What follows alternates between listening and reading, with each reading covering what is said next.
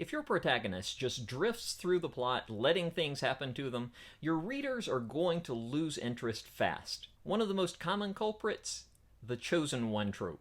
When a character's destiny is pre-written, there's a real risk the story can start feeling predictable. If they have no choice but to follow the path laid out for them, the stakes can feel hollow. And when a character doesn't make their own decisions, it's hard for the reader to connect with them. We want to cheer for somebody who's actively shaping their own fate. Now, there are many fantastic Chosen One stories, so I'm not here trying to take down that whole trope. I'm just pointing out that the risk is real. So, how do you make your characters proactive? That starts with intrinsic motivation, knowing exactly what your character wants, not because the plot demands it, but because it's who they are. And flaws can be just as important as strengths here. A fear of failure, a hunger for recognition, a stubborn refusal to quit. These traits all drive a character to act. And when they act, those actions need to have consequences. Let their choices change the world around them.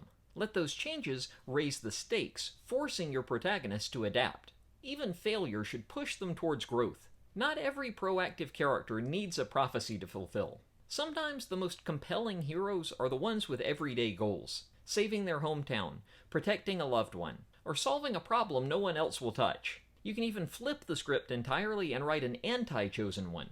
Someone who rejects their supposed destiny and sets out to forge their own path instead. That reluctance and rejection, even if the character ends up eventually falling back onto the path of prophecy, is enough to show their agency as a person and to satisfy the reader that this is a proactive character. That's a big part of what makes the Wheel of Time work. The key is giving your characters the reins. Put them in situations where they have to choose, and then let those choices steer the story. Because when your protagonist is actively making things happen, your readers will stay invested not just in the plot, but in them.